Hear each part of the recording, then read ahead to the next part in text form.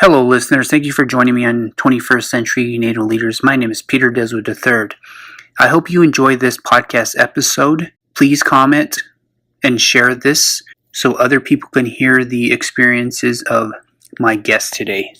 Thank you and enjoy. Hello, listeners. Thank you for joining me on 21st Century Native Leaders. My name is Peter Deswood III, and I am here with Rashaan Ramone, who is the drummer for the famous Navajo band, the Fenders 2. Thanks for being on the show, Ramone. Yeah, I'm proud to be here too. Absolutely. So tell me about yourself, your clans, where you come from. Okay, well, my name is Rashaan Ramone, and my clans are Tzifkatnin and Shle, Katnisani Bashichin, Ado, Tina Bifi Dashache, Ado, Nastej Dashanale. I'm originally from Crown Point, New Mexico. To be more specific, I come from a smaller area, like outside of Crown Point, called Heart Butte, New Mexico. So that's my actual place I come from. That's awesome. So, talk with me a little bit about how you got into playing music. Well, I think that was just because I just grew up my whole life watching my family play my whole life. So they started back in 1996, and they were known for like the famous Fender sound from the first Fenders back in the 60s. And so they started that, and around that time I was about 3 years old, and I grew up around the music, and you know it's just been so interesting. I never thought I'd be part of like a native family into country music that much, and I thought it was so unique and different now that I see it, because it wasn't very good then, but now I notice it influence on people, especially me. So that's what brought me here. So then, talk with me a little bit about the genre of music. You touched on a little bit. You said country. Any more specifics about the genre? Well, we play country, most of it, most of the old country, and we get into like every now and then some modern country, because a lot of people now, and we every now and then we get into a lot of club. Sometimes every now and then we do some blues or some waltz music. In case we play for a different group, or like let's say we go off the reservation, and there's some people that expect us to waltz or some blues or some classic rock, just to switch it up, and we still enjoy that kind of music, so it's definitely not a big deal, and we just go up there, do our thing, and just feel the music no matter what we're playing. So, how old were you when you started playing the drums? Well, playing the drums, I actually started around 14 years old. My main influence was my brother Ace Ramone. He was the actual original drummer for Fenders 2, and I don't know how old I was, but I know I was in the 6th grade. I started sitting behind him at dances, and every show, just sitting behind him, like sitting on a toolbox or one of his drum cases, and I just watched him the whole show, the whole 4 hours, and that's what made me get into it. And I actually picked up a pair of drumsticks around 14 years old. So yeah, that's when I actually wanted to do something. I was just tired of just standing on the side and being like a stage crew. So your dad is the lead singer, am I correct? Yeah, the lead singer and the owner of the band. Oh, that's cool. So talk with me about how much do you guys practice weekly? Well, these days it's just mostly individual work. We go by we go by phone calls, like conference calls sometimes, and every now and then, maybe like a couple times a month, we would all get together and practice. But lately, we started like a new thing this year for 2019, where we're actually like meeting up a couple times in the week so we can practice, and that really helped a lot. So I think that's a big key in every band. You know, no matter how good you play, it's all about the sound of the band as one, how tight you are with each other. That's awesome. How many shows would you say you guys do a year? That's really hard to tell. I mean, the band, they only request to be playing like a couple of months here and there. You know, it used to be like back then, it was like a piece of cake.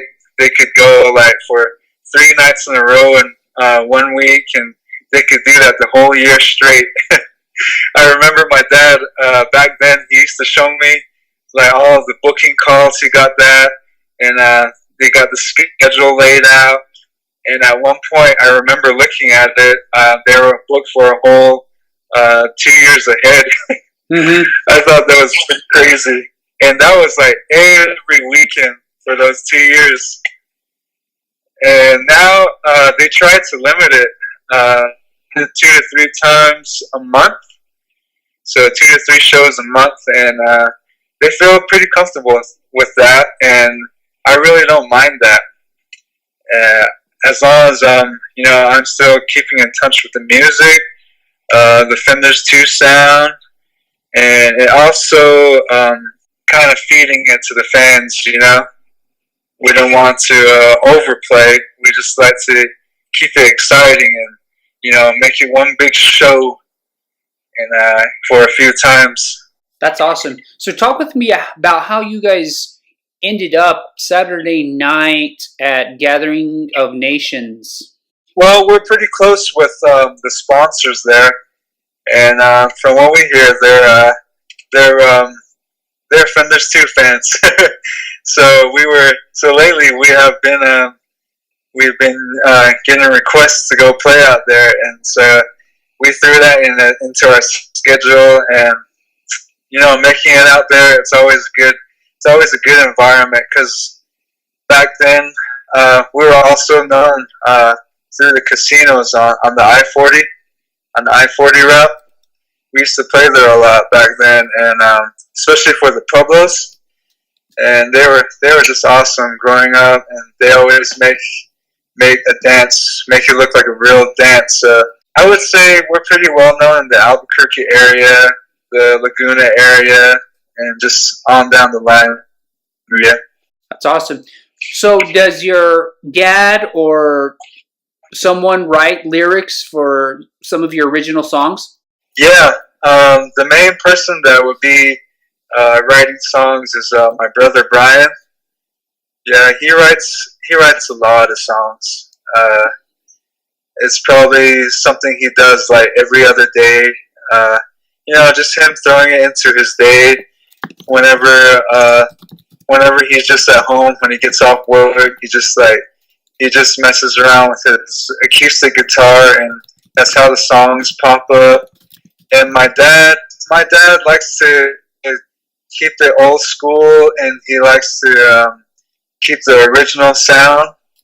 You know, every now and then we would mix it up with the originals. And the thing with my dad, he tries to keep the tradition alive with the Fender sound. And I think that plays a big role in the Fenders, like both Fender bands. I think that plays a big role in it, because the way we believe it, if we don't have that Fender sound, then we're not Fenders 2 anymore. So there's actually like a tradition we're trying to keep alive, you know, ever since starting back up in the 60s with the first band. So now that we're the second generation, as long as we're Fenders 2, we're going to keep that sound going. But then on the side, we like to be modern. We like songs, and I know we have a couple hits out on the reservation right now, and we play those as well. So what are your top two most popular songs? Of our originals, Yeah. man, I would have to go all the way back. Uh, well, I like, in my opinion, I like the instrumental songs we used to do back in the day, and also one of my brother's songs. Opinion, I like a song called "Blue Without You" that came out, I believe, the sixth album we came out with. Yeah, the song's called "Blue Without You," and my brother Brian, he sings that one. Wow, that's awesome. So Yeah. you guys have been playing since '96. There was also a band in the '60s. Is there a relation between the Fenders 2 and the Fenders original? Yeah. Okay. This part, it's an interesting story. I don't mind telling the whole story as well because it's true. So when they started back then in, well, if you like, we can go back before 1996. My dad wanted to start a band earlier than that, but he didn't have the people and the resources to back it up that time. And his band name that time was called the Statesiders, and that's when my dad was just starting the band himself that time. And then, so he stopped for a while, and then when 1996 came around, they joined, and they had a few people around here in Crown Point and Theroux practice with each other, just to hear how they sound and have some fun. And so they were practicing mostly what the first Fenders were playing back in the day. So they were practicing that, and they got it like on point right there, like the first time they were practicing it. And I remember them telling me, like, if we're gonna continue that sound and we enjoy the sound of the Fenders, why don't we make a band that relates to the Fenders and we carry on that music again? And around that time in the late '90s, there were still res bands playing. Res music was still around, but it wasn't as popular that time. So they decided to bring the Fenders back, and where it comes in relation is that one of the band members from the last album of the Fenders made, he was practicing with us. His name is DJ Ramone, and he's actually related to us too. And so he was practicing with us, and a couple of family members that come from the first Fenders, they were practicing with us as well. And that's when they decided, like, why don't we become the Fenders too? The second generation of the Fenders. And so right after that, all their minds clicked. I just remember them telling me that, and after that, they just went all out. They started advertising with posters. They had no social media at that time, so they had to go out, tell people about it, put up posters, make phone calls, sponsor themselves, and next thing you know, people just went crazy after that. Like the second half of the year, they just said they got bookings one after another, and pretty soon they got like a whole year full of bookings every weekend, all across the reservation. And I think that was pretty nice because people always tell us that that's the time res music almost died out, and if it weren't for Fenders 2, then res music would be gone by now. And so I see them as a pretty big influence. That's awesome. So you talked about no social media back in the '90s. How much or how big of an impact has social media played on the popularity of Fenders 2? I think it plays a big role in anything you do today if you want to be known for anything. So a couple of years back, even before I was playing, the band was still on their feet, still doing their thing, going out and doing shows. It just felt like one thing was missing. It's like we weren't living in today. We had to, in order to keep going, we had to change our ways. Because right now, next year is going to be 2020. We're actually in a new age to where we have to adjust who we are these days, and we have to kind of change our sound. We have to change our look, and by living today, I think social media plays a big role in everything. So that's when I decided to make a Facebook page for the band. So do you run that page? I think that helps a lot. Yeah, I'm the main person that runs it all. Yeah. So I do that, and I try to run my personal page on the side as well. That's awesome. So what advice do you have for youth that want to get into playing drums or to create a band? Just music, or overall, like what they want to be? Yeah, like advice for them, like, look out for this, watch out for that, things to consider.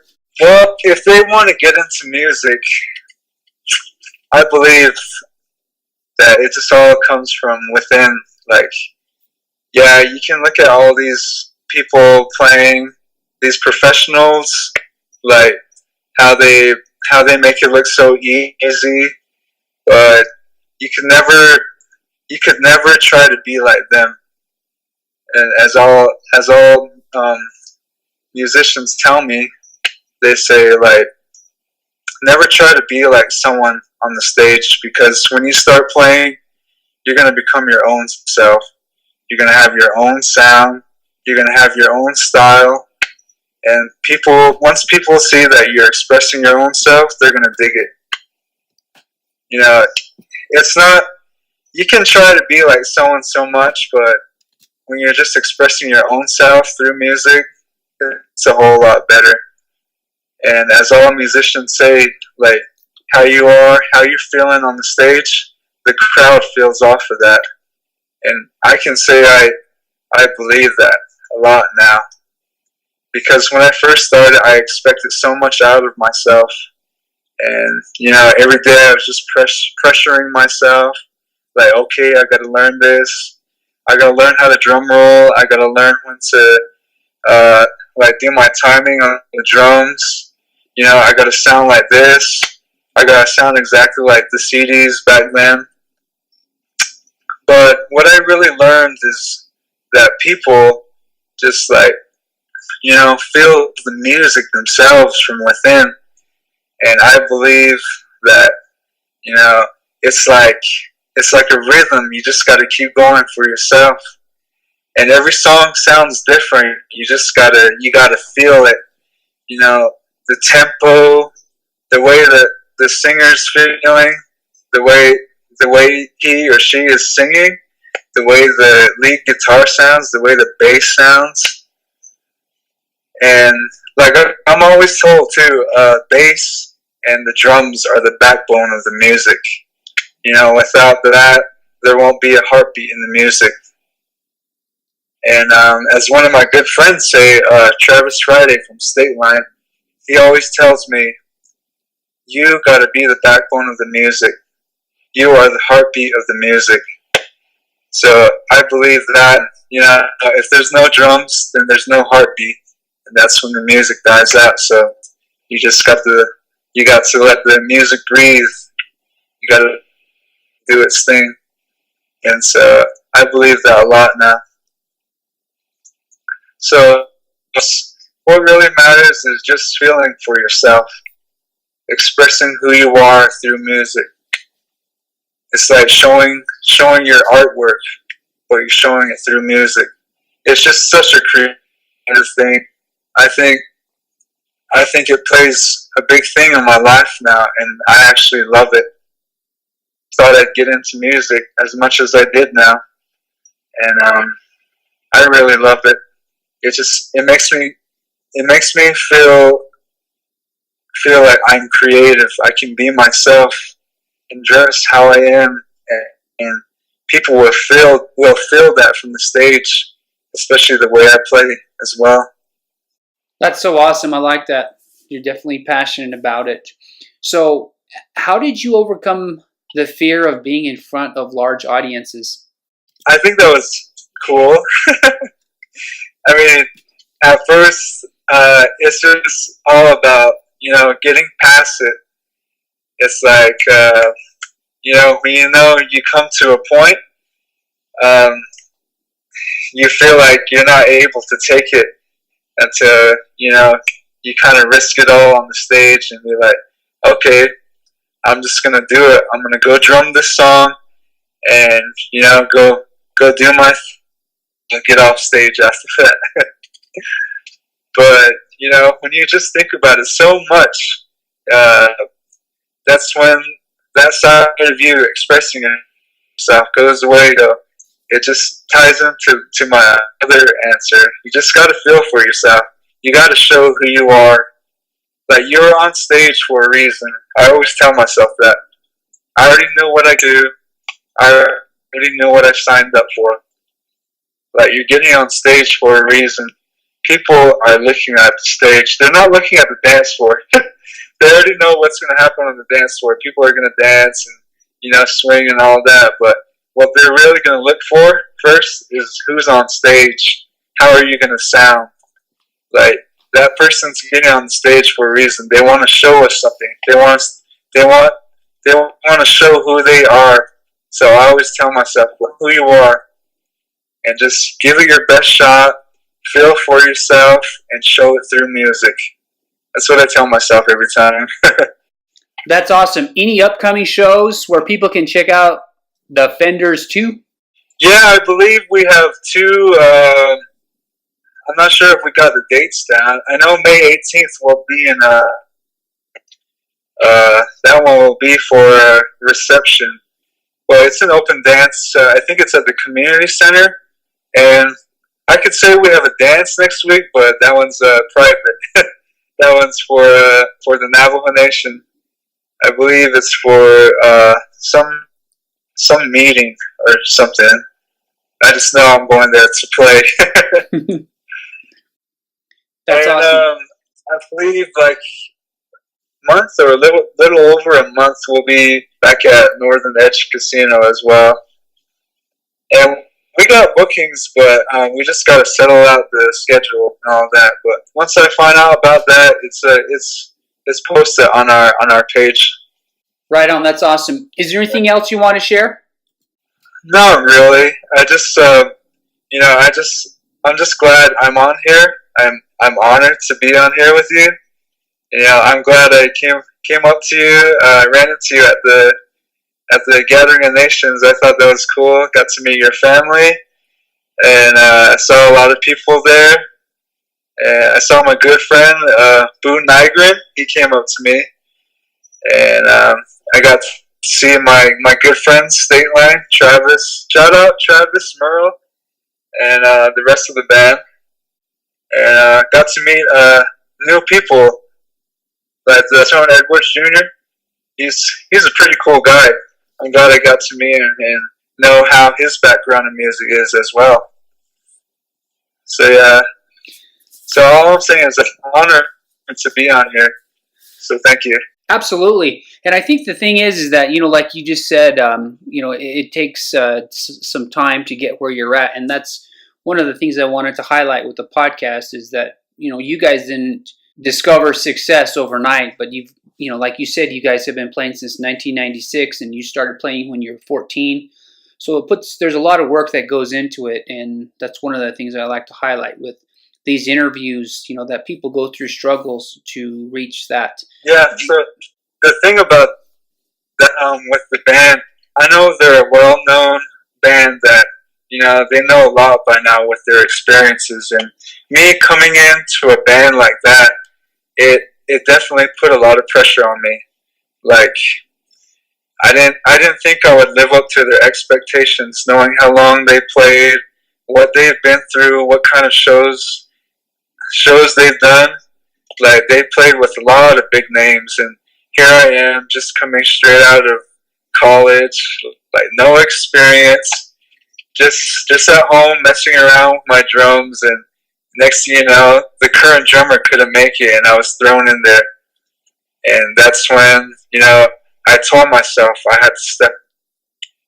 I was tired of just standing on the side, wishing, and just looking at people play, and that's when I told myself, like, I gotta do something.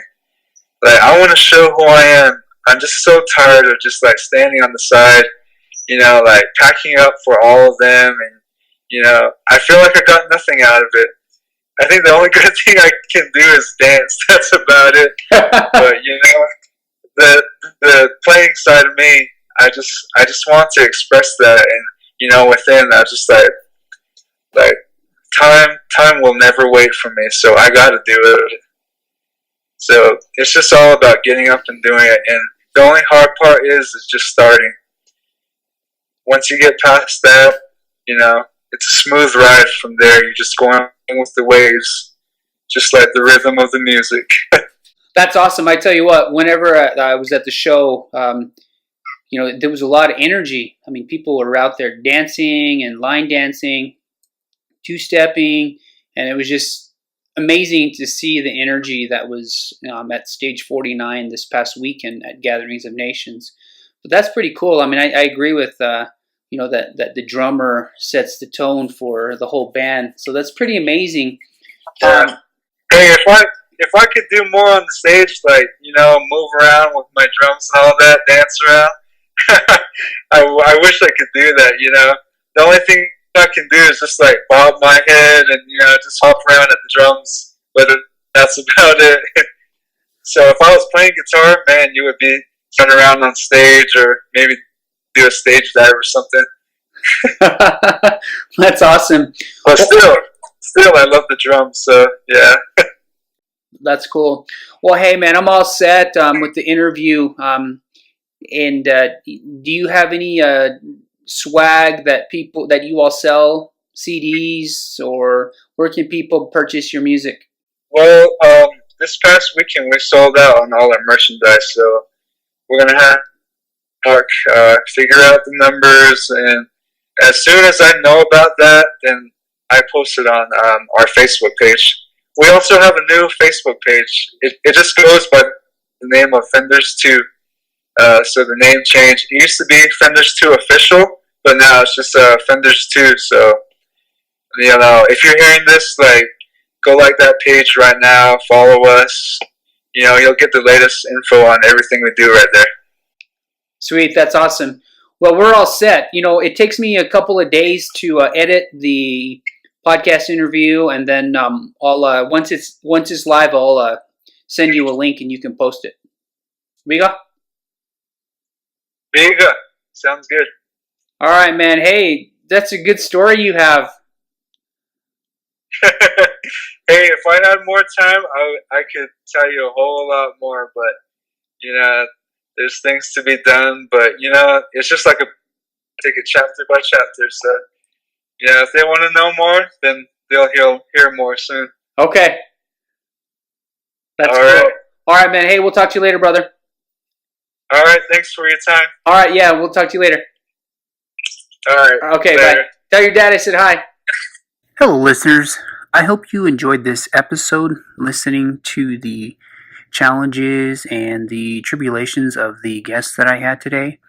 Please follow me on 21st Century Native Leaders. Go to my page, give my page a like for future episodes, and also for quotes from books that I read, articles that I read, and the pictures are from Indian country, in particular the Navajo Nation. So I hope you enjoyed this. Hopefully you come back and hear another future episode. Have a good day. Yeah.